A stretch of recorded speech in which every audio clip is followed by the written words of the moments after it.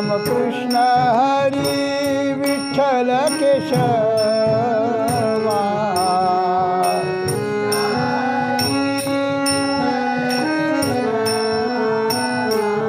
राम कृष्ण हरी विठ्ठल केशवा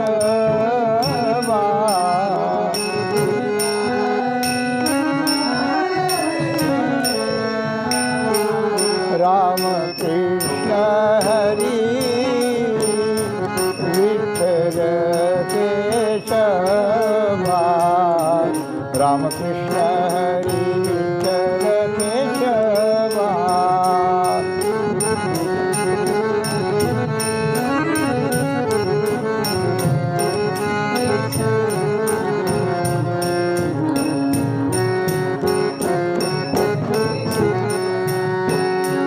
राम कृष्ण हरी विठ्ठल केशवा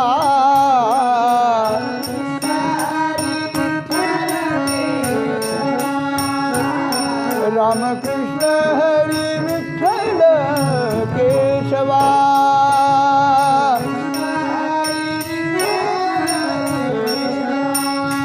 राम कृष्ण हरी विठ्ठल केशवा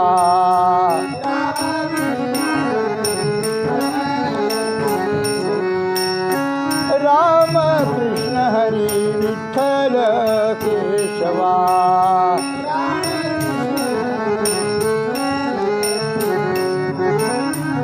राम कृष्ण हरी विठ्ठल केशवा राम कृष्ण हरी विठ्ठल केशवा राम कृष्ण हरी विठ्ठल केशवा राम कृष्ण हरी विठ्ठल केशवा राम कृष्ण हरी विठ्ठल केशवा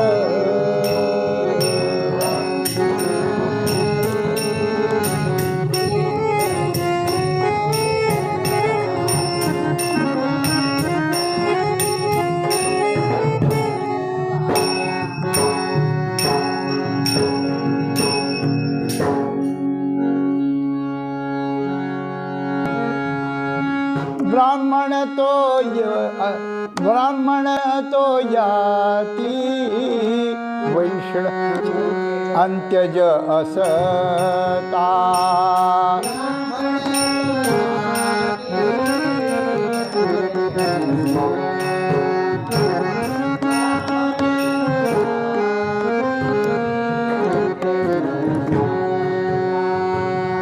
ब्राह्मण तो याती अंत्यज असता ब्राह्मण तो याती अंत्यज असता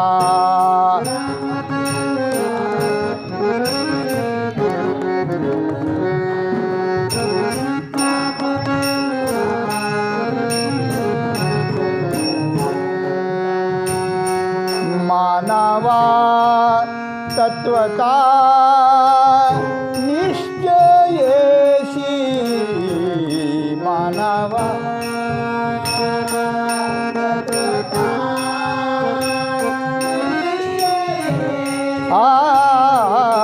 मानवा तत्वता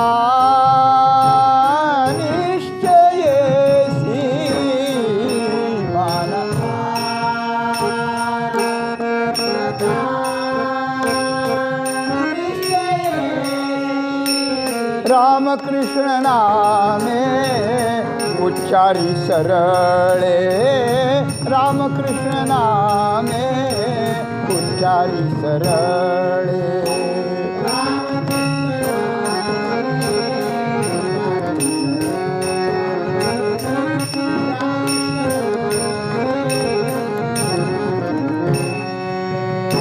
आठवी सावळे रूप मनी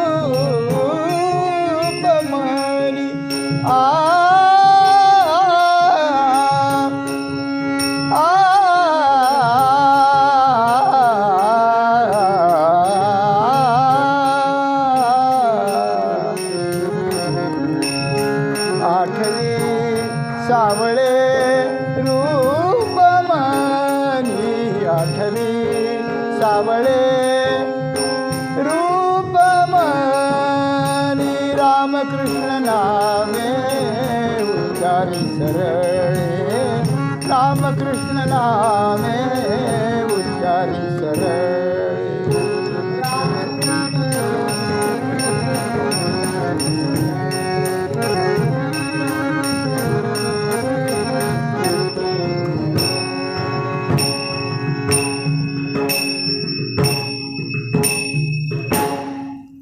सेवे लागी सेवक झालो तुमच्या लागलो निज चरणा अहो स्वामी तुकया देवा यावरी न करावा अभेर सहज लीळे उदकी वया तुम्ही रक्षलिया निज सत्ते अहो स्वामी तुकया देवा यावरी न करावा अभेर निळा म्हणे धराल हाती तरी द्याल मती निरूपमा अहो स्वामी तुकया देवा यावरी न करावा अभेर ब्राह्मण तो याती अंत्यज असता ब्राह्मण तो याती अंत्यज असता मानावा तत्वता निश्चयसी रामकृष्ण नामे उच्चारी सरळे रामकृष्ण नामे उच्चारी सरळे रामकृष्ण नामे उच्चारी सरळे आठवी सावळे रूपमणी आठवी सावळे रूपमणी शांती क्षमा दया अलंकार अंगी शांती क्षमा दया अलंकार अंगी अभंग प्रसंगी धैर्यवंत रामकृष्ण नामे उच्चारी सरळे आठवी सावळे रूपमणी तुका म्हणे गेल्या षडउर्मी अंग तुका म्हणे गेल्या षडउर्मी अंग सांडोनिया मग ब्राह्मण तो रामकृष्ण नामे उच्चारी सरळे आठवी सावळे रूपमणी जगद्गुरू संतश्रेष्ठ श्री तुकाराम महाराजांच्या अभंग गाथेतील क्रमाने आलेला 849 849 क्रमांकाचा हा अभंग असून हे थोडंसं प्रकरण 2 अभंगाचं आहे याच्या मागे झालेला एक आणि हा एक या 2 अभंगाचं मिळून प्रकरण आहे आणि या 2 अभंगात ब्राह्मणत्वाचं लक्षण श्री तुकाराम महाराजांनी ओतप्रोत पद्धतीनं उलटसुलट पद्धतीनं आपल्यापुढे ठेवलेलं आहे हे ठेवत असताना मागील अभंगात ब्राह्मण असून नसलेला कसा असतो आणि या अभंगात नसून असलेला कसा असतो जगात 4 प्रकार आहे असून असलेला नसून नसलेला असून नसलेला आणि नसून असलेला तर पहिले जे 2 प्रकार आहेत असून असलेला दिसायला आहे आणि लक्षणालाही आहे आणि दिसायला नाही लक्षणाला नाही हे 2 गोष्टी सरळ आहेत म्हणजे कॉमन आहेत सर्रास आहेत सगळीकडे आहेत म्हणजे नियमातल्या आहेत पण या 2 अपवादातल्या वस्तुस्थिती अपवादातल्या गोष्टी या 2 आहेत ती एक गोष्ट मागे सांगितली की असून नसलेला कसा असतो असून नसलेला कसा असतो की ज्याला जन्मानं ब्राह्मण आहे पण त्याला हरिनाम आवडत नाही वैष्णव आवडत नाही कीर्तन आवडत नाही कथा आवडत नाही वगैरे वगैरे असा तर भगवंताची भक्ती नसलेला असा तो असून नसलेला आहे आणि यात सांगतात ब्राह्मण तो याती अंत्यज असता तो अंत्यज असला यातीनं तरी ब्राह्मण तो इथे थांबायचं याती अंत्यज असता तो ब्राह्मण तत्वता मानावा निश्चयानं मानावा तत्वता मानावा तुकाराम महाराजांचे शब्द आहेत हे आणि निरनिराळ्या प्रकारच्या शास्त्रकारांनी हा निर्णय केलेल्या पद्धतीनं हे शब्द अशा प्रकारचे की तो अंत्यज असला तरी त्याला ब्राह्मण मानावं अशा प्रकारचं व्यक्तिमत्व असतं हे कसं अशी गोष्ट आहे अरे असून असण्याची पंचायत आहे तर नसून असणं हे किती अवघड आहे किती दुरापास्त गोष्ट अशा प्रकारचं आहे पण आहे त्याला काय करावं आहे आणि ज्याला याचं काही बेनिफिट हवं आहे त्याच्याकरता त्याच्या ज्ञानात भर पाडण्याकरता किंवा त्याला हे डोळ्यात अंजन घालण्याकरता तुकाराम महाराजांचं जे कर्तव्य आहे धर्मनीती बोलायचं त्या पद्धतीने आपण बोललो मागच्या वेळेला बोललो. काय असतं, एक स्थूल शरीर जन्माप्रमाणे चालत असतं. कोणत्या तरी कुळात जन्माला येतो आपण, आपलं शरीर असतं एक हाडामांसाचं बनलेलं, आईवडिलांच्यापासून बनलेलं शरीर असतं. त्या कुळाप्रमाणे चालतं, त्या वर्णाप्रमाणे चालतं, त्या आश्रमाप्रमाणे चालतं. आणि त्या शरीरात येणारं जे सूक्ष्म शरीर असतं ना, ते परंपरेनं चालत आलेलं असतं. ते काही प्रत्येक शरीराबरोबर वेगळं निर्माण झालेलं नसतं. सूक्ष्म शरीर, मन, बुद्धी, चित्त, अहंकार वगैरे कोणत्याही योनीत गेलं तरी आणि माणसाच्या योनीत आलं तरी ते मागून आलेलं असतं. म्हणजे स्थूल शरीर आई, वडील, आजोबा, पंजोबा या मार्गाने येतं आणि सूक्ष्म शरीर याच्या मागचा जन्म, त्याच्या मागचा मनुष्यजन्म, त्याच्या मागचा मनुष्यजन्म, त्यात त्याने काय केलं आहे त्याच्यावर त्याची कॅटेगरी ठरत आलेली असते. म्हणजे जसं फुलं वेगळे वेगळे असतात पण त्यात दोरा मात्र एकच असतो. एका दोऱ्यात सगळे फुलं असतात, तो दोरा सगळ्या फुलातून अशा प्रकारचं जातो. त्याप्रमाणे एक सूक्ष्म शरीर दोऱ्यासारखं हे 100 मानवी शरीरापासून किंवा त्या शरीरातून जातं, अशी गोष्ट आहे. तर गंमत अशी असते की ब्राह्मणत्व हा जो अधिकार असतो किंवा जे काही मिळवायचं असतं ते स्थूल शरीरानं तर मिळतं. आपला आचार पाळून मिळतं, मोठ्यांची मर्यादा पाळून मिळतं, शास्त्राचे नियम पाळून मिळतं, भजन कीर्तन करून मिळतं. पवित्र तो होय देह त्याचा म्हटलं ना, काय हरिपाठ कीर्ती मुखे जरी गाय, पवित्र तो होय देह त्याचा, हे होतं. पण मुख्य गोष्ट अशी आहे की आपला जो अंतःकरण चतुष्टय आहे, म्हणजे जे सूक्ष्म शरीर आहे, त्या सूक्ष्म शरीरामध्ये जे संस्कार पूर्वजन्मातून आलेले असतात ते त्या ठिकाणी असतात आणि त्याची डेव्हलपमेंट अशा प्रकारची होते. म्हणून त्याच्यात काय आहे ते आहे. तर हे शरीर पवित्र होतं हे जरी खरं असलं तरी हे शरीर इथून सोडावं लागतं आणि पुढे जाण्याकरता ते सूक्ष्म शरीर असतं. मग ते पुढच्या जन्मात जाईल किंवा उद्धाराला जाईल किंवा परमेश्वरापर्यंत जाईल. परमेश्वरपर्यंत जातानाही ते शरीर मरताना शेवटी लीन होतं आणि त्यातली जी वासना किंवा त्यातला जे जीवत्व आहे तेवढंच परमेश्वराकडे जातं. पण त्या जीवत्वाला आवृत्त असलेलं जे सूक्ष्म शरीर आहे ते पवित्र होत जातं आणि ते पवित्र त्याचं जे होणं आहे ते त्याचं खरं मुख्य शुद्धीकरण आहे. शरीराचं शुद्धीकरण एका जन्माच्या शेवटपर्यंत आहे, त्याचा उपयोग त्या सूक्ष्म शरीराला होतो. पण ते शरीर गेल्यानंतर ते शुद्ध होत जातं. मागे आपल्याला एक अभंग गेला, काय, तू पांढरा स्फटिक मणी करीसी आणिका त्याहुनी. बरं का, आपण बोललो होतो पण त्यावेळेस अर्थ एवढाच सांगितला होता की तू स्फटिक मण्यासारखा आहे, स्वच्छ आहे, शुद्ध आहे, निर्भेळ आहे, पांढरा शुभ्र आहे आणि स्फटिक मण्यासारखा पारदर्शी आहे, अशी गोष्ट आहे. पांढरा आहे म्हणजे शुद्ध आहे, शुद्ध ब्रह्म आहे तू, आणि स्फटिक म्हणजे पारदर्शी, तुला सगळं अनावृत्त आहे.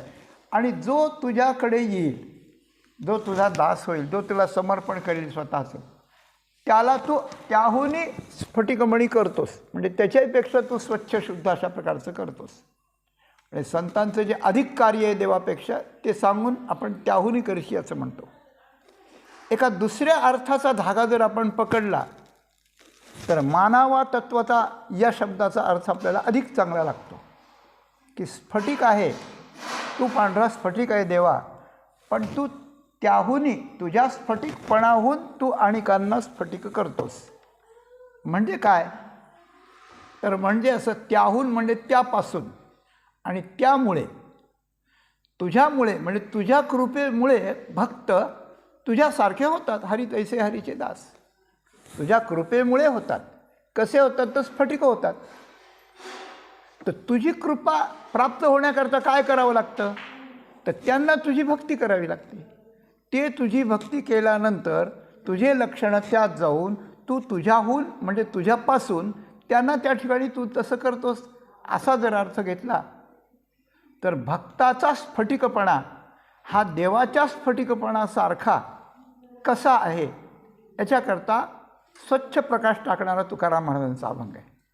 सकळ चिंतामणी शरीर, सकळ चिंतामणी शरीर, जरी जाय अहंकार समूळ आशा, निंदा हिंसा नाही कपट देह बुद्धी.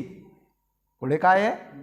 निर्मळ स्फटिक जैसा, निर्मळ स्फटिक जैसा.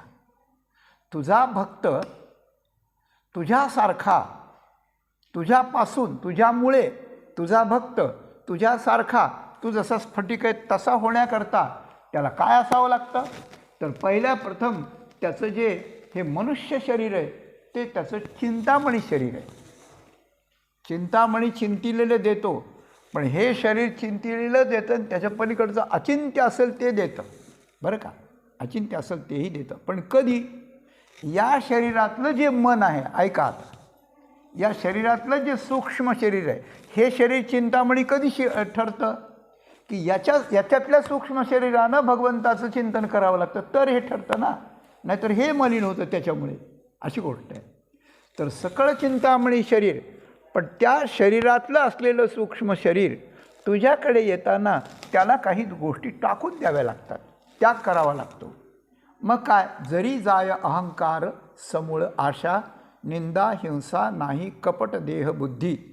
5-7 गोष्टी सांगितल्या. या 4 गोष्टी की सूक्ष्म शरीर आहे, मनुष्य शरीर चिंतामणी आहे, यात आलेलं जे सूक्ष्म शरीर आहे त्यानं पहिल्यांदा अहंकार सोडावा लागतो. त्याला अहंकार नसला पाहिजे. कशाचा? या शरीराचा, मी अमुक वर्णाचा आहे, मी अमुक विद्येचा आहे, मी अमुक प्राप्त केलं आहे, माझी शक्ती अमुक आहे, वगैरे वगैरे. हा सगळा अहंकार कोणताच नसला. हे सगळं देव करतो बाबा. करणे का न करणे हे तोची जाणे, विश्व चळत असे जेणे परमात्मा. अहंकार. अजून समूळ आशा. समूळ आशा. आशा मुळातून गेली पाहिजे, मुळातून गेली पाहिजे. म्हणजे आशा म्हणली की जन्ममरण येतं, दुःख सगळं येतं. आशा ही परमं दुःखम नैराश्यम परमं सुखम यथा संचिद्ध कांताशाम सुखम सुश्वाप पिंगला. त्या पिंगला वेश्येनं हा संदेश दिला जगाला. भागवतात वर्णन आहे 11व्या स्कंदात. तर त्याप्रमाणे आशा ही दुःखाचं कारण आहे ना, म्हणून ती आशा समूळ गेली पाहिजे, अविद्येसहित आशा निघून गेली पाहिजे. तर अहंकार गेला पाहिजे. आशा म्हणजे अहंकार आणि आसक्ती. सगळे शास्त्र डांगुरटी पिटून सांगतात हे दोन्ही. जरी जाय अहंकार समूळ आशा. आणखी काय? अंतःकरणानं आशा गेली पाहिजे. बरं का, 3 देहाची शुद्धी यात सांगितली आहे. अंतःकरणातून अहंकार आणि आशा गेली पाहिजे. 2. पुढे निंदा हिंसा नाही कपट देहबुद्धी. वाणीतून निंदा गेली पाहिजे आणि शरीराच्या कृतीतून हिंसा गेली पाहिजे. निंदा हिंसा. त्याप्रमाणे अंतःकरणातून कपट गेलं पाहिजे आणि अहंकाराची देहबुद्धी गेली पाहिजे. अहंकार नसणे, देहबुद्धी नसणे 2 गोष्टी सांगितल्यात, 2 वेळेला सांगितले. तर अहंकार हा विशेष अहंकार, ज्ञानाचा, कर्माचा वगैरे, आणि देहबुद्धी म्हणजे मी देह आहे. तर मी देह आहे ही बुद्धी, कपट, त्याच्यानंतर अहंकार, हिंसा, निंदा, या 5-6 गोष्टी जर त्याच्याकडे नसतील, ऐका, निंदा हिंसा नाही कपट देहबुद्धी, त्याला म्हणावं निर्मळ स्फटिक जैसा. तो निर्मळ झाला अशी गोष्ट आहे. तो निर्मळ झाला अशी गोष्ट आहे. त्याची महती काय आहे? त्याचं महत्त्व काय आहे?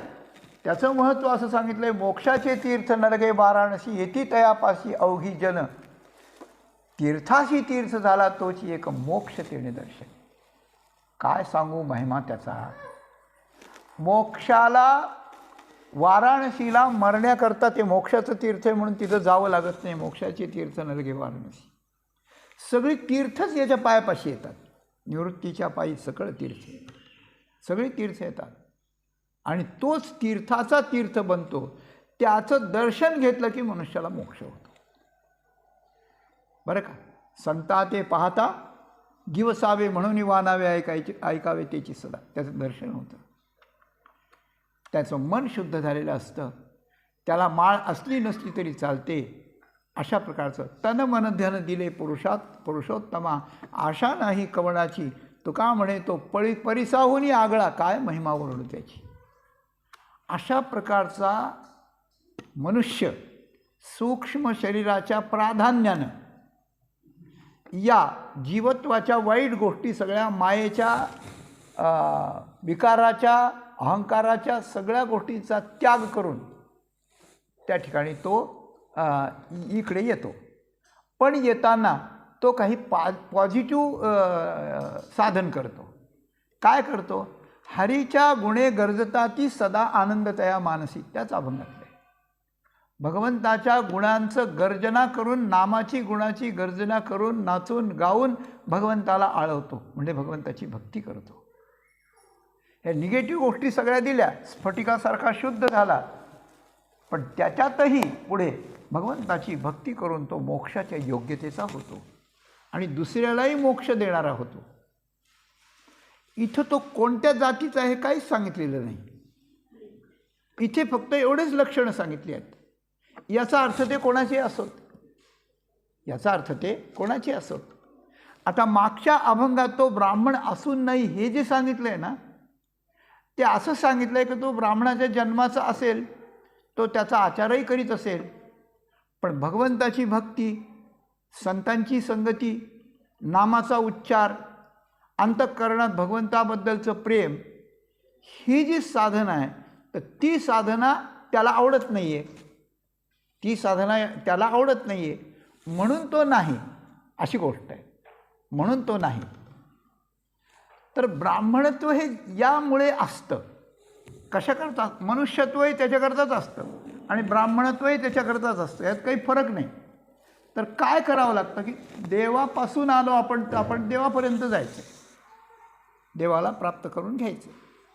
निर्गुण निराकार साधन असेल तर ब्रह्म जाणायचं, सगुण असेल तर ईश्वर आपलासा करायचा आहे. दोनच गोष्टी आहेत. त्याप्रमाणे ब्राह्मणाला काय करायचं आहे तर ईश्वरच प्राप्त करून घ्यायचा आहे, परब्रह्माचं ज्ञान मिळवायचं आहे. शेवटी मेरुतंत्रामध्ये ब्राह्मणाचं लक्षण 5 प्रकाराने सांगितलेलं आहे. पहिली गोष्ट आहे त्याचं बीज, दुसरी गोष्ट आहे त्याचं स्थान, तिसरी गोष्ट आहे त्याचे संस्कार, चौथी गोष्ट आहे त्याचं आचरण आणि 5वी गोष्ट आहे त्याची विद्या, म्हणजे ब्रह्मविद्या. योगशास्त्रे ब्रह्मविद्यायाम अशी गोष्ट आहे. वडिलांचं बीज शुद्ध असलं पाहिजे, आईचं स्थान शुद्ध असलं पाहिजे आणि तिसरी गोष्ट ब्राह्मणाचे संस्कार झाले पाहिजे. वृत्तबंध, द्विजत्व वगैरे काय सगळं जे असतं ते सगळं झालं पाहिजे. चौथी गोष्ट ते आचरणानं टिकवलं पाहिजे. रोज संध्या पूजा ब्रह्मयज्ञ हे करून पवित्र आचरणानं राहून हे टिकवलं पाहिजे. पुढचं केलं की मागचे सगळे त्यात आले पाहिजे आणि पुढचं सुटलं की मागचे सगळे गेले लक्षणं, अशी गोष्ट आहे. म्हणून बीज, स्थान, संस्कार आणि आचरण, आणि या 4 गोष्टी कशा करता तर ब्रह्मविद्या, ब्रह्म प्राप्त होण्याकरता, ब्रह्म जाणण्याकरता. आणि या 5 गोष्टीनं जो पूर्ण आहे तो ब्राह्मण आहे. या 5 गोष्टीत काही नसलं की मग तो नाही. आणि 5 गोष्टीत या 4 गोष्टी नसल्या तर ब्रह्मविद्या प्राप्त होत नाही. मी त्या दिवशी बोललो होतो, कालच्या दिवशी मी असं बोललो होतो की शरीरातून जर आपण स्वर्गच प्राप्त केला किंवा स्वर्गातले भोगच प्राप्त केले या ब्राह्मणत्वाच्या आचारातून, तर परत आपल्याला निशेवणीला जावं लागतं.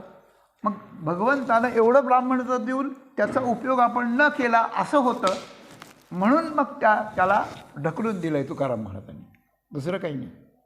आणि शेवटची जर ब्रह्मविद्या प्राप्त झाली तो ब्राह्मण. आता ऐका, आता वर्णानं ब्राह्मण नसलेला जो तो अंत्यज असला तरी चालेल, तुकाराम महाराज म्हणतात. ब्राह्मण तो याती अंत्यज असता मानावा तत्वता आणि निश्चयसी, ह्या गोष्टी पक्क्या लक्षात ठेवायच्या. तर तो त्याला ब्राह्मण मानावं, त्याला नमस्कार करावा, ब्राह्मण मानावं असं सांगितलं तुकाराम महाराजांनी. तर याचं काय आहे तर हा ब्राह्मण नाही पण मनुष्य आहे ना, आणि मनुष्याला प्रत्येकाला परमेश्वरापर्यंत जाता येतं. आणि परमेश्वरापर्यंत जाण्यासाठी या कलियुगामध्ये सर्वांना ब्राह्मणासुद्धा सर्वांनाच भगवंताची भक्ती करून परमेश्वरापर्यंत जाता येतं अशा प्रकारचं विधानच केलेलं आहे. कलियुगा माझी करावे कीर्तन तेणे नारायण देईल भेटी. नारायण नामे होऊ जीवनमुक्त कीर्तनी अनंत गाऊ गीती. कितीतरी प्रमाण आहे. म्हणून केवळ भक्तीनं जाता येतं. मग हा अंत्यज जरी असला, याला दुसरे संस्काराची जरी हे नसलं तरी याने जर भक्तीचं साधन जर त्या ठिकाणी केलं, भक्तीचं साधन केलं तर त्याला परमात्मा प्राप्त होतो.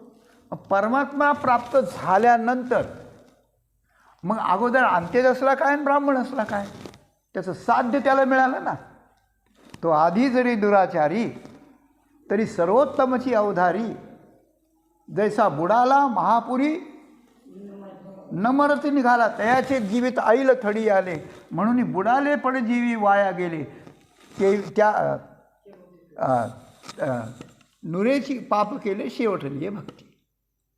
या लागी जो दुष्कृती झाला आणि अनुताप तीर्थी नाला. नावनी मज आला सर्व भावे, तरी आता पवित्रतयाचे कुळ.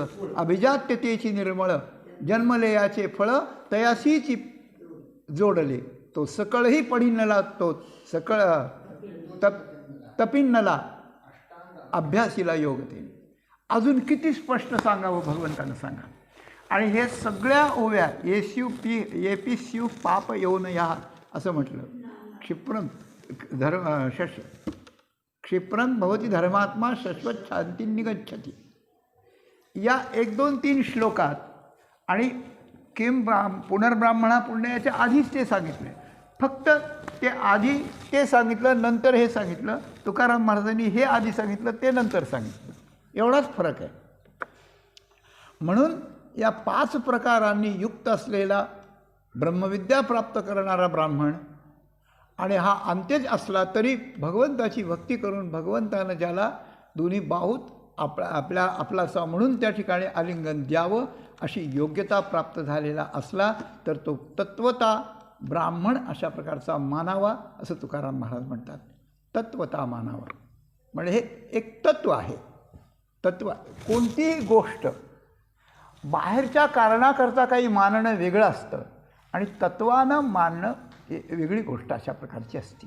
तत्वानं मानणं वेगळी गोष्ट असते. एखादा विद्वान आहे आणि सामान्य माणसात आला आपल्यात, मग आपला तो कोणाचा नातो आहे, कोणाचा मुलगा आहे, कोणाचा असं आहे त्याचं, मग आपण त्याला अरे तुरे बोलतो, हे करतो, ते करतो. आणि एखादी विशेष व्यक्ती आपल्यात असेल तर ती जाऊन त्याच्या पटकन पाया पडते की अरे आपल्याला वाटतं हे तर आमचा नातू आहे, तर आमचा मुलगा आहे, याला काय करायचं.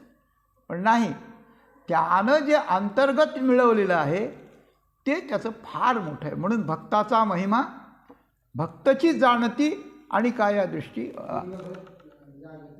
आणिकाशी दुर्लभ या गती आणिकाशी. म्हणून भक्ताचं मोठेपण भक्तच जाणतात अशी गोष्ट आहे. म्हणून सगळे संत चोखोबारायांना चोखोबारायच जाणतात अशी गोष्ट आहे. बाकीचे माणसं नसतील जाणत. मग जाणलं नाही म्हणून काय त्याची किंमत कमी होते काय. रत्न एखाद्याला नाही कळलं म्हणून त्याची किंमत कमी होत नाही आहे अशी गोष्ट आहे. मग सगळ्यांना तेव्हा कळतं की ज्यावेळेस इंद्र सगळे देव त्या ठिकाणी येतात, अमृत नासलं आहे ते म्हणजे जा त्या चोखोबारायाकडून नीट करून घ्या ते अमृत म्हणे अशी गोष्ट असते. म्हणून कोणता अधिकार कोणाला असावा हे आपल्याला त्याचं इंगित त्याचं वर्म कळावं म्हणून तुकाराम महाराजांनी तसा फार उपकार करून सांगितले. तर सामान्य माणसाला, सनातनी माणसानं याला असं म्हणावं धक्का बसेल. तेव्हा ते सनातनी माणसाला तुकाराम महाराजांच्या या विधानानं धक्का बसू नये म्हणून त्यांनी निश्चयेसी असं पद घातलं आहे. निश्चयेसी असं पद घातलं आहे.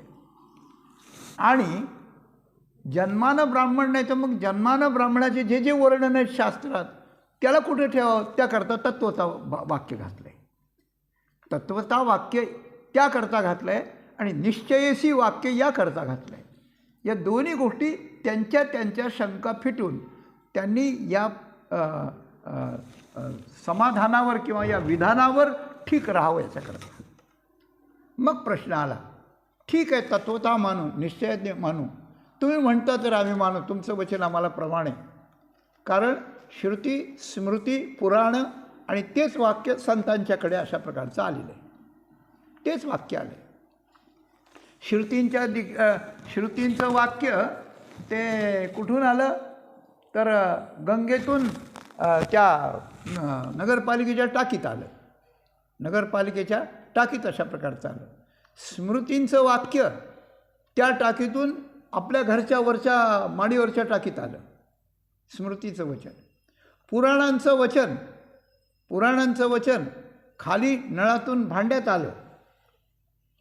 आणि संतांचं वचन नदीतलं पाणी, म्युन्सिपाल्टीच्या टाकीतलं पाणी, आपल्या वरच्यातल्या टाकीतलं पाणी नळानं एका ग्लासात घेऊन ती आपल्या बाळाला पाजू लागली. हे संतांचं वचन आहे. असं तेच पाणी पण इथपर्यंत येतं. तशी संतांची वचने आपण मानूया. पण कोणत्या अंत्यजाला ब्राह्मण म्हणावं हे सांगा. त्याचं उत्तर महाराज दुसऱ्या चरणात सांगितलं. रामकृष्ण नामे उच्चारी सरळे 8वे सावळे रूप म्हणे. सावळे सुंदर रूप मनोहर. भगवंताचं रूप मनामध्ये त्याचं तो स्मरण करतो आहे आणि भगवंताचं नामस्मरण रामकृष्ण हरी विठ्ठल केशवा सतत त्याचा उच्चार करत आहे. सरळ उच्चारतो. सरळ उच्चारतो याचा अर्थ त्याचा अटकत नाही आहे. सरळ उच्चारतो याचा अर्थ ते दुसरीकडे जात नाही. सरळ उच्चारतो त्याचा अर्थ त्यात कोणाचा दोष नाही. कारण हे भगवंताचं नाम हे निर्मळ अंतःकरणातून यावं लागतं. तर आत्ता सांगितलं निर्मळ स्फटिक जैसा, शुद्ध अंतःकरणातून भगवंताच्या भावनेनं भाव विभोर झालेला. हे सरळे शब्दात आणि बराच अर्थ निघेल. तर तिथून तो त्या ठिकाणी सरळ म्हणजे स्वप्रवृत्तीनं त्या ठिकाणी उच्चारतो आहे. कंठातून स्पष्ट उच्चारतो आहे, जिभेवरून उच्चारतो आहे, त्याच्या अंगावर रोमांच आहेत, डोळ्यात पाणी आलं आहे. सगळं अष्टसात्विक भाव दाखवून आले. रामकृष्ण नामे उच्चारी सरळ. रामकृष्ण नामात प्रचंड शक्ती आहे बरं का. यावंती वेदाक्षराणी तावंती हरिनामानी. ऋग्वेदाचं विधान निर्माण करणारे जे सर्वश्रेष्ठ शौनक मुनी आहेत, शौनक ऋषी, सुतांच्याकडून श्रीमद भागवत त्यांनी श्रवण केलं, भक्तिशास्त्र. त्या शौनक मुनींचं वचन आहे की वेदाची अक्षरं उच्चारणाऱ्यांनी उच्चारल्यानंतर त्याला जे जे फळ मिळतं तेच फळ आणि त्या ठिकाणी सर्वेशाम सर्वांच्या करता हरिनामाच्या उच्चाराने मिळतं. अशी गोष्ट आहे. माऊलींच्या 2 ओव्या सांगतो आपल्याला. काय तैसा प्रतिपाद्य जो ईश्वरू होवावया लागी गोचरू. श्रुतींचा निरंतर अभ्यास करणे. नाहीतर येरा स्तोत्र का नाममंत्र आवर्तवणे पवित्र पावावया तत्व पावण्याकरता सर्वांना स्तोत्र किंवा नाममंत्र अशा प्रकारचा आहे. तर त्यात जी शक्ती ती यात शक्ती आहे. अशा प्रकारे हा मनुष्य, हा भक्त यातीनं जरी असला तरी रामकृष्ण नामाचा सरळ उच्चार करतो आणि सरळ करतो. याचा अर्थ तो वाकडं जाणार नाही. म्हणजे कोणत्या कामनिक भावनेनं किंवा संकोचित अंतःकरणानं करीत नाही. माझं सगळं समर्पण तुला आहे. तू या नामाचा जो नामी तोच मला प्रसन्न व्हावा अशा त्याचं नाव सरळ देवापर्यंत पोचतं आणि अंतःकरणातून सरळ भावनेतून निघतं. भगवंताच्या भक्तीनं भारावलेल्या भावनेतून निघतं म्हणजे सरळ निघतं. आणि मध्ये कुठेही स्वर्गाधिक कामनेत न अडकता ते सरळ देवापर्यंत पोचतं. अशा रामकृष्ण नामांचा सरळ घडघडाट चालतो त्याच्या उच्चाराचा. तो उच्चारतो आणि त्याचबरोबर भगवंताच्या सावळ्या रूपाचं मनात चिंतन करतो. ते शेषशाही भगवान असतील, वैकुंठाधिपती महाविष्णू असतील, शंखचक्र गदा पद्मधारी भगवान श्रीराम कृष्ण असतील, श्रीकृष्ण असतील आणि पांडुरंग असतील. एक ज्याच्यावर भावना असेल त्याची. हे सगळे सावळेच रूप आहेत. सावळं रूप आहे. अत्यंत मनमोहक रूप आहे. आकर्षक रूप आहे. त्या सावळ्या रूपाने ज्याचं अंतःकरण आकर्षून शुद्ध झाले आहे आणि त्या शुद्ध याच्यातून रामकृष्ण नामाचा उच्चार निघतो, त्याने वातावरणाची शुद्धी होते. अशा प्रकारचं ज्याचं चाललेलं आहे त्याला तुम्ही ब्राह्मण मानावं ब्राह्मणा समान मानावं, त्याला नमस्कार करावा असं सांगतात. काय आहे, अशा प्रकारे पहिली गोष्ट आहे रामाचा उच्चार. नामाचा उच्चार करून अंतःकरणातले निंदा, हिंसा, कपट, देहबुद्धी, स्फटिकाच्या सांगितलेले सगळे दोष निघून जातात. मग अंतःकरण पवित्र पवित्र पवित्र पवित्र होत जातं. आणि मग त्या अंतःकरणात भगवंताच्या सावळ्या रूपाच्या ध्यानाची लालसा निर्माण होते. अगोदर नामाचा घडघडाट उच्चार करून वरचे दोष बरेच गेल्याशिवाय ती ध्यानाची वृत्ती होत नाही आणि ध्यानाची स्थिती पण होत नाही. ध्यानाची वृत्ती होते आधी, मला ध्यान का लागत नाही, मला ध्यान का लागत नाही, का रूप ध्यानासी न ये तुझे, सांगा पंढरीराया काय काय करू यासी, का रूप ध्यानासी न ये तुझे, माझं मन का लागत नाही.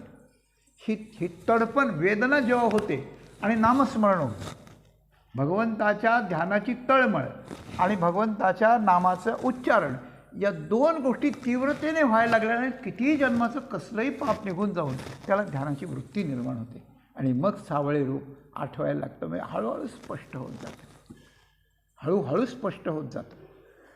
पण ते स्पष्ट होत गेल्यानंतरही ते पूर्ण स्पष्ट होईपर्यंत आत काही अतिसूक्ष्म दोष असतात, सूक्ष्म दोष असतात. आणि ते सूक्ष्म दोष जेव्हा निघून जातात ध्यानाच्या प्रभावानं, नामाच्या प्रभावानं ध्यानाची योग्यता आणि ध्यानाच्या प्रभावानं अंतर्दोष जाऊन आणखी काही आंतरिक लक्षणं प्राप्त होतात. त्याचं वर्णन तिसऱ्या चरणात आहे. दया क्षमा शांती, दया शांती क्षमा दया अलंकार अंगी.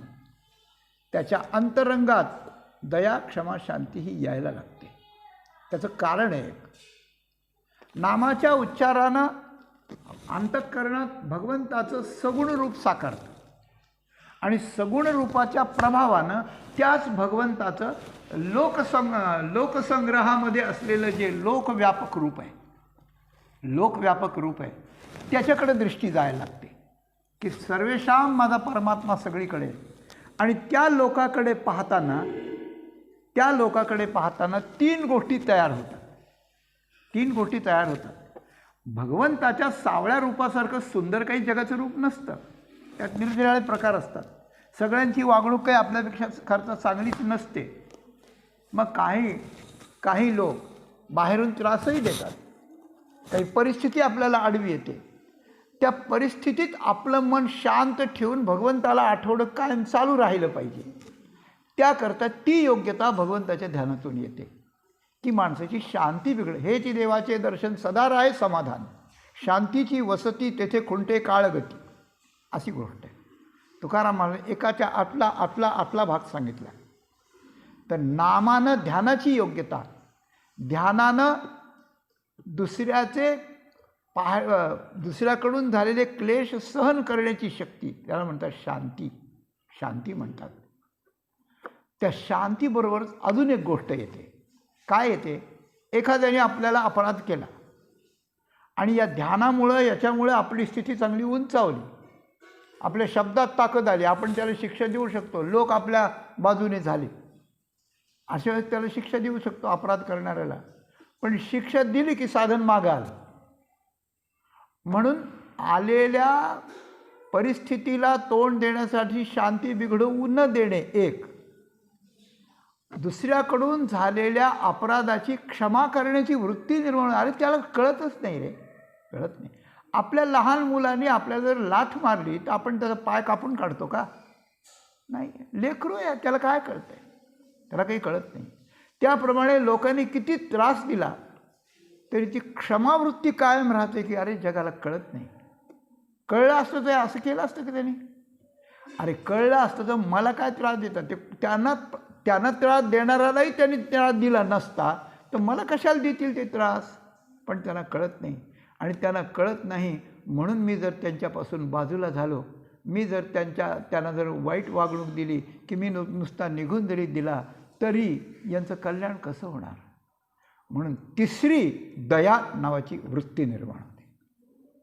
पहिली शांती, परिस्थितीच्या प्रतिकूलतेत आणि परिस्थिती प्रतिकूल बनवण्याचा ज्यांनी प्रयत्न केला त्यांच्यामुळे आपलं मन विचलित होणार नाही, शांती पक्की अशा प्रकारचं राहील, अशा प्रकारची शांती.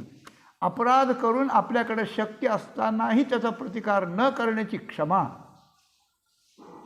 आणि अशा प्रकारचे अनेकांचे अपराध करून जे दयनीय बनलेत, जे यःकश्चित बनलेत, जे दुःखी बनलेत, जे रोगी बनलेत, जे दरिद्री बनलेत, ज्यांचं जीवन मनुष्य जीवन असून बर्बाद झालं आहे, त्यांच्याकरता आपण काहीतरी करावी अशा प्रकारची कळवळ्याची दया. दया तिचे नाव भूतांचे पालन, एवढंच बोलतो. ती दया साधूंना निर्माण होते. दया करणे पुत्राशी त्याची आणि दासी, तुका म्हणे सांगू किती तोची भगवंताची मूर्ती. म्हणून सहन करण्याकरता शांती, अपराधाकरता क्षमा आणि जगाच्या दयनीयतेकरता दया, या 3 गोष्टी भगवंताचं रूप सावळं आठविल्याने आणि सरळ नामाचा उच्चार घडघडाटानं केल्यामुळे, या 2 साधनामुळे या 3 गोष्टी शांती, क्षमा, दया भगवान त्यांच्या अंतःकरणावर अलंकार म्हणून धारण करतो. या अलंकारानं हे शोभतात. मोठे श्रीमंत आहेत संत, या अलंकाराने शोधतात. त्यावेळेस त्याची जात बीत लांब निघून जाते कुठेतरी. हे तिसरी कडी. पहिली फेरी नाम आठवायचं, नाम घ्यायचं, जोरजोरामध्ये जसं येईल तसं घ्यायचं, आठवण करायची. दुसरी पहिलं नाम घ्यायचं, नंतर ध्यान करायचं, नंतर शांती, क्षमा, दयाचा अंगीकार करायचा, आणि त्यानंतर एक गोष्ट राहिली. कोणती? तुकाराम महाराजांचा जो अभंग आहे ना, मान अपमान गोवे अवघे गुंडोनी ठेवावे, हेच देवाचे दर्शन सदा राहे समाधान, शांतीची वसती तेथे खुंटे काळगती. जवळ त्या अभंगाप्रमाणेच हा अभंग चालला आहे बरं. आणि शेवटी त्यात सांगितलं आहे, आली उर्मिस आहे. तुका म्हणे थोडे आहे, थोडक्यात राहिले. आता आली उर्मिस आहे. काय होतं? शांती, क्षमा, दया का प्राप्त होत नाही? अंतःकरण विचलित का होतं? लोकांचा आपल्याशी विरोध आणि आपला लोकांशी विरोध का होतो? या सगळ्याचं मूळ आहे, अंतःकरणात जर कामक्रोधाधिक दोष असतील आणि ते जर कधी कधी ज्या वेळेला ते अनावर होतील, म्हणजे त्यांची आतून उर्मी येईल, हुंबाडा येईल त्याचा, त्यावेळेला ते आवरणं कठीण असतं. मोठ्या मोठ्या साहित्यिकांना, मोठ्या मोठ्या साधकांना, मोठ्या मोठ्या ऋषीमुनींना पण आवडणं अवघड असतं. तुम्ही बघा, आपल्याला जर शिंक आली तर थोडा वेळ औंढा गिळून आपण थांबू शकतो. आपल्याला आळस असला डोळे चोळू शकतो. पण जर तुम्हाला अजीर्ण झालं, जोरात जर उलटी आली आतून, तर थांबा, 15 मिनटं थांबा, मग उलटी करा. असं असतं काय? नाही. ती उलटी जशी शरीरातून अनावर्तेनं बाहेर येते, तशी कामक्रोधाची उर्मी असते. नाहीतर इंद्राला अहिल्यामुळे सहस्र भग पडून घेण्याची काय जरूर होती? क्रोधानं एखाद्या ऋषींनी एखाद्याला शाप द्यावा, मग पश्चाताप करावा, हे कशामुळे होतं? तर या उर्मी आहेत. उर्मी एका दृष्टीने या उर्मी 3 शरीराच्या 6 उर्मी अशा सांगितल्या गेल्यात बरं का. कोणत्या? तर आली उर्मीस आहे तर 3 प्रकारच्या. कामक्रोध ही सूक्ष्म शरीराची उर्मी आहे बरं का, कामक्रोध. तहानभूक ही प्राणाची अशा प्रकारची आहे, आणि जन्म मरण ही शरीराची आहे. मृत्यू आला की तिथं काही करता येत नाही. तहान लागली, भूक लागली. परीक्षिताला तहान लागल्यामुळेच अनर्थ झाला ना सगळा. दुसरं काय झालं? माणूस व्याकुळ होतो. उर्मी आली म्हणजे माणूस व्याकुळ होतो. तसंच काम क्रोधाने होतो. काम आला तर माणूस काही विचार करत नाही, क्रोध आला तरी काही विचार करीत नाही. पण शांती, क्षमा, दया हे अलंकार, भगवंताचं ध्यान आणि नाम, इतकी साधनं जर परफेक्ट झाली तर उर्मी सहन करण्याची योग्यता येते, आणि मग तो मनुष्य. म्हणून रंतीदेवाचं उदाहरण आहे. 40 दिवस अन्न नाही मिळालं आणि अतिथी आला, देऊन टाकलं सगळं. 4 जणांनी दिलं. आपण, पत्नी, मुलगा, सुनबाई सगळ्यांनी दिलं. अशी गोष्ट आहे. ही सामान्य गोष्ट नाही ना, सामान्य गोष्ट नाही. आणि अशाच एका ब्राह्मणानं दिलं म्हणून त्या मुंगसाचं अर्धांग सोन्याचं झालं. महाभारतात कथा आहे. धर्मराजाला त्याने चॅलेंज दिला. तात्पर्य असं की उर्मी सहन करता आली तर शांती क्षमा दया बरोबर बांधल्यात. शांती क्षमा दया बरोबर बांधल्या तर भगवंताचं ध्यान बरोबर सिद्ध झालं. आणि भगवंताचं ध्यान जर सिद्ध झालं, ध्यान शांती क्षमा दया आणि उर्मी सहन करणं, मग नामाचा पुरा प्रभाव आपल्या जीवनात आपण प्राप्त केला असं होईल.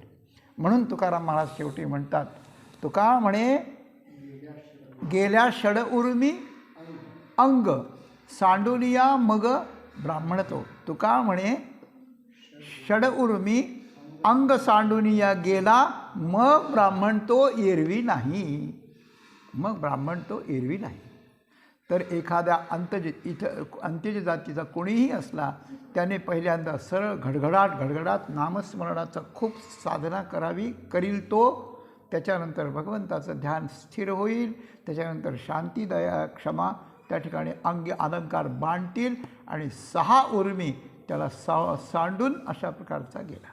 इंद्रियांचे आवेग निघून गेले, काम क्रोध नाहीसे झाले. कामक्रोध हे केले घररिते, कामक्रोध लोभ निमाले, ठाईची अवघी आनंदाची सृष्टी झाली. तुकाराम महाराज या कॅटेगरीतले आहेत बरं.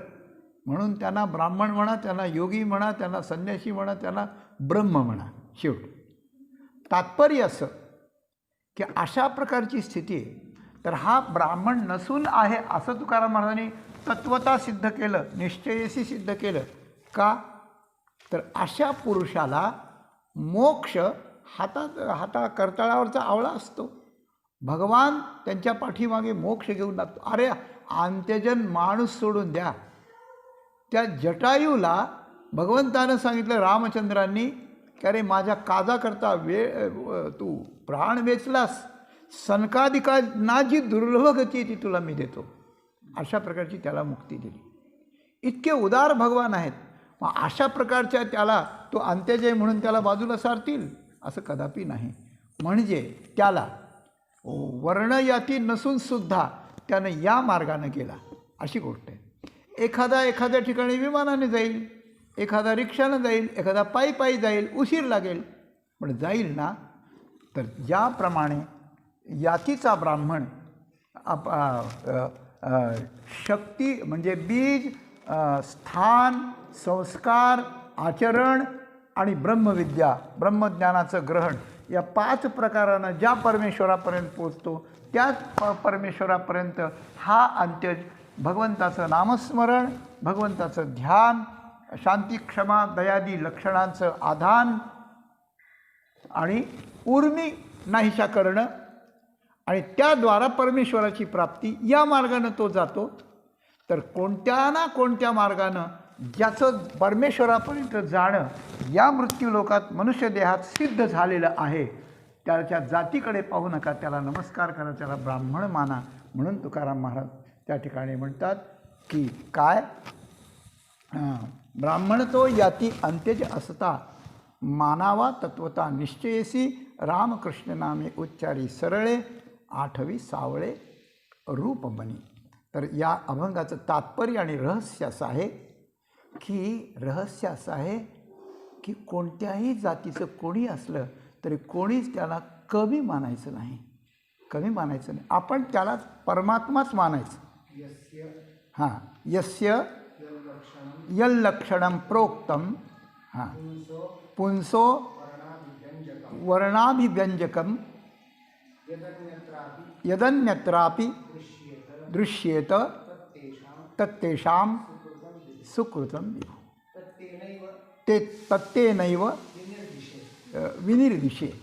श्रीमद भागवताच्या 7म स्कंदातील अगदी शेवटच्या 11व्या अध्यायाच्या शेवटच्या श्लोकात देवर्षी नारदांनी आणि यांना धर्मराजाला उपदेश करताना प्रल्हादाचं चरित्र होऊन जेव्हा वर्णाश्रम वर्णन केलं, त्यात शेवटच्या श्लोकात त्यांनी अशा प्रकारचं सांगितलं आहे की ज्या वर्णाचं ज्याला लक्षण संबोधलेलं आहे ते लक्षण इतर वर्णातल्या व्यक्तीच्या ठिकाणी जर दिसलं तर त्या व्यक्तीला या वर्णाचं मानावं अशा प्रकारचं देवर्षी नारदांनी सांगितलेलं आहे. म्हणजे भागवतातलं हे वचन, तुकाराम महाराजांच्या अन्य ठिकाणची वचन, तंत्रातलं ब्राह्मणाचं वचन, या सगळ्यावरून अशा प्रकारचं आपल्याला त्या ठिकाणी दिसतं की मनुष्य म्हणून जन्माला आलेला कोणी असो तर त्याला परमेश्वरापर्यंत निश्चितपणे जाता येतं, ते त्याने जावं. पण जाताना कोणाचाही कोणत्याही यानं द्वेष, मत्सर, कपट, हिंसा सगळं टाकून देऊन स्फटिकासारखं निर्मळ व्हावं. या सगळे लक्षणं आपल्या अंगी मानावेत आणि परमेश्वराच्या प्राप्तीची योग्यता प्राप्त करून, प्राप्तीचा अनुभव घेऊन आपण आपली जीवनयात्रा सफल करावी. हा जगद्गुरू तुकाराम महाराजांचा संदेश आपल्या चरणी विनम्रपणे ठेवून आणि झालेली सेवा सद्गुरू माऊलींच्या प्रभूंच्या चरणी समर्पण करून या 2 अभंगाचं अशा प्रकारचं हे प्रकरण आहे असं सांगून आपण इथेच वाणीला विराम या ठिकाणी देऊ. धन्यवाद.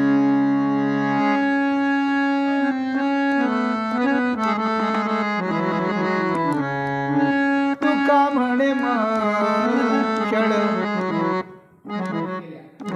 तुका म्हणे गेल्या क्षण उर्मी मग, तुका म्हणे गेल्या क्षण उर्मी